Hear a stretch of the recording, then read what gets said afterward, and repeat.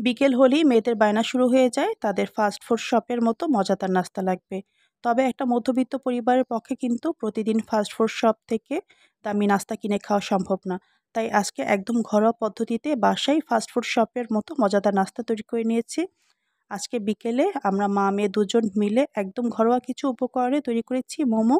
আর কিভাবে সেই মোমো তৈরি করেছি আর সেই মোমো খেয়ে মেয়ের রিঅ্যাকশন কেমন ছিল তাই নিয়ে আজকের ভিডিও সাজিয়েছি। আশা করি ভিডিওটা আপনাদের কাছে ভালো লাগবে।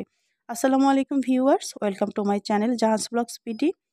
এই তো মোমো তৈরি করার জন্য আমি আগে থেকেই সব উপকরণ রেডি করে রেখেছি। এখানে আছে ১ পিস মুরগির বুকের মাংস।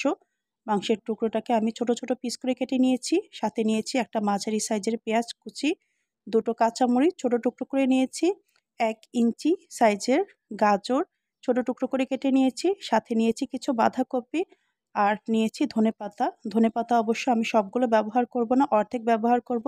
আর বাকি ধনেপাতা দিয়ে আমি চাটনি তৈরি করব। তো প্রথমেই আমি মোমো তৈরির ডোটা তৈরি করে নিচ্ছি। ডো তৈরি করার জন্য আমি নিয়েছি ১ কাপ পরিমাণে ময়দা, সাথে নিয়েছি আধা কাপ কর্নফ্লাওয়ার। কর্নফ্লাওয়ারটা ব্যবহার করলে কিন্তু মোমোটা খেতে অনেক বেশি টেস্টি হয়। তারপর স্বাদমতো লবণ দিয়েছি। শুকনো উপকরণগুলো একসাথে মিশিয়ে গরম পানি ব্যবহার করেছি ডোটা মাখিয়ে নেওয়ার জন্য। এখানে অবশ্যই গরম পানি ব্যবহার করবেন। গরম পানি ব্যবহার করলে কিন্তু মোমোর ডোটা বেশ সফট হয়। আর এই তো ডোটাকে ভালো করে ময়ান করে নিয়েছি। আর উপর দিয়ে সামান্য পরিমাণে সয়াবিন তেল দিয়ে ডোটার গায়ে মাখিয়ে রাখছি। তারপর ডোটাকে ঢেকে ৩০ মিনিটের জন্য রেস্টে রেখে দেব।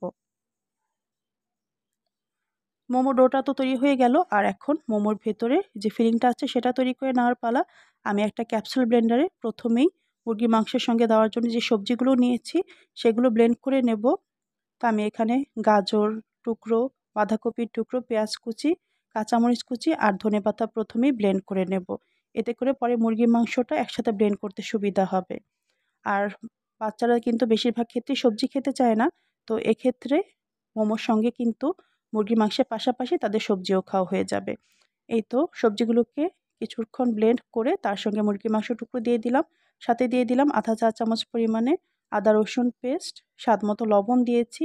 আধা চা চামচ পরিমাণে দিয়ে দিলাম সাদা গোলমরিচের গুঁড়ো, ১ চা চামচের মতো দিলাম টমেটো সস আর ১ চা চামচ দিয়ে দিলাম সয়া সস। সাথে দিয়ে দিচ্ছি ১ টুকরো লেবুর রস আর তার সাথে সামান্য পরিমাণে চিনিও ব্যবহার করব। এতে করে মোমোর টেস্টটা আরও বেশি ভালো আসবে। এই তো সব উপকরণ দিয়ে এখন আবার একসাথে ব্লেন্ড করে নিচ্ছি। এই তো ব্লেন্ড করা হয়ে গেছে আর সেই সাথে মোমোর ফিলিংটাও কিন্তু তৈরি হয়ে গেল। এই তো ফিলিংটাকে একটা বাটিতে নিয়ে নিয়েছি। এখন মোমোগুলো তৈরি করে নেওয়ার পালা। আমার ডোটা কিন্তু ৩০ মিনিট রেস্টে থেকেছে আর এটা কিন্তু বেশ সফট হয়েছে। তো উপর দিয়ে যেহেতু তেল মাখিয়ে নিয়েছি, তেলটা কিন্তু সম্পূর্ণ ডোয়ের গায়ে লাগেনি। তো ডোটাকে আমি মিনিট খানেক একটু ময়ান করে নেব। এতে করে ডোটা আরও বেশ সফট হবে। ডোটাকে ভালো করে ময়ান করে বড়, বড় ৩ টা ভাগে ভাগ করে নিয়েছি। আমি প্রথমে বড় সাইজের একটা রুটি বেলে নেব। তারপর সেখান থেকে ছোট গোল সাইজ করে কেটে নেব।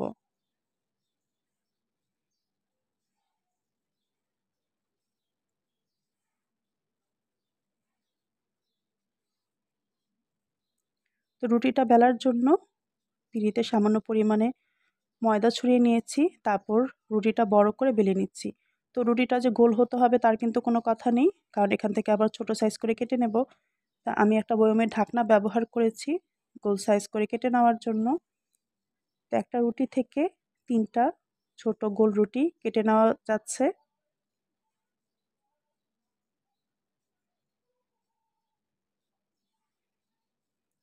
এই তো এখন মোমোগুলো তৈরি করে নেওয়ার পালা। আর আমি কিন্তু বাসায় এই প্রথমবারের মতো মোমো তৈরি করছি। তো মোমোর শেপগুলো আমি খুব ভালো করে দিতে পারি না। YouTube থেকে দেখি যতটুকু শিখেছি সেভাবেই করে নেওয়ার চেষ্টা করছি।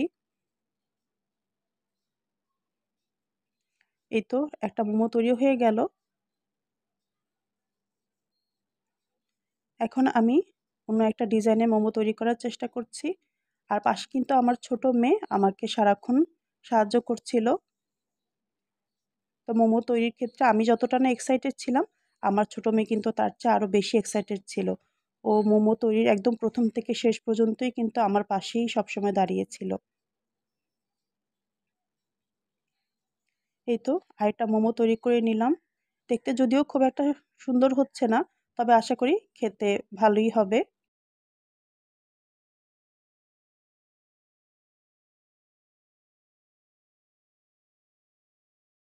এই তো এখন আরেকটা মোমো তৈরি করে নিচ্ছি। এটাকে আমি আরেকটু ভিন্ন ডিজাইনে তৈরি করব। তো প্রথমে আমরা যেভাবে পুলি পিঠা ভাজ করি সেভাবে মোমোটাকে তৈরি করে নিলাম। তারপর দুই পাশের কোণাগুলো একসাথে লাগিয়ে দেব।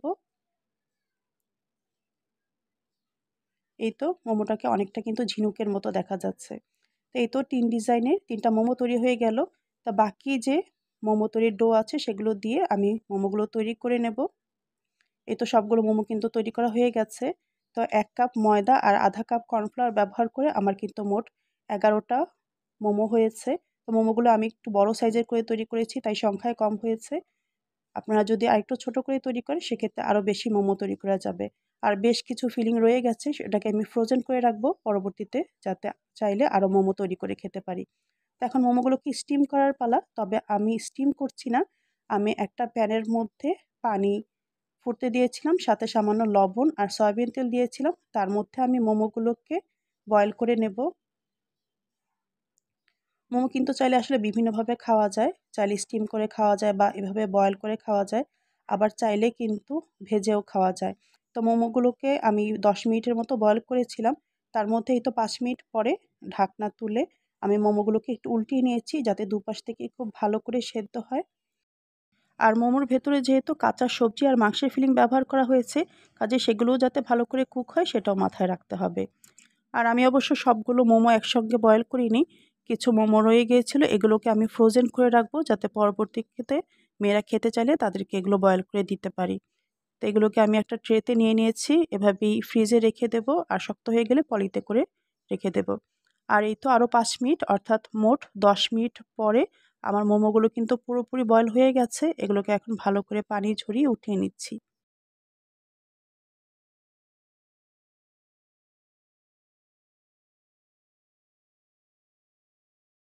এই তো দেখতেই পাচ্ছেন আমার তৈরি করা মোমোগুলো কিন্তু বয়েল করা হয়ে গেছে। আর এগুলোকে আমি ২ ধরনের সস দিয়ে সার্ভ করেছি। একটা হচ্ছে টমেটো সস, আর এই যে পাশে যে সবুজ রঙের দেখতে পাচ্ছেন এটা হচ্ছে ধনেপাতার চাটনি।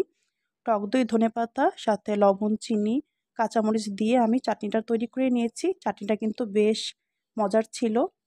আর আমার ছোট মেয়ে কিন্তু টমেটো সস দিয়ে মোমো খেতে বেশি পছন্দ করে। ও খুব একটা ঝাল খেতে পারে না, তাই ওর জন্য টমেটো সস একটা বাটিতে নিয়ে নিয়েছি। আর বাসায় যেহেতু আমি ১ম বার তৈরি করেছি, আমি কিন্তু বেশ ভয়ে ছিলাম যে বয়েল করার সময় মোমোগুলো হয়তো খুলে যেতে পারে বা ভেঙে যেতে পারে। সেটা কিন্তু একদমই হয়নি।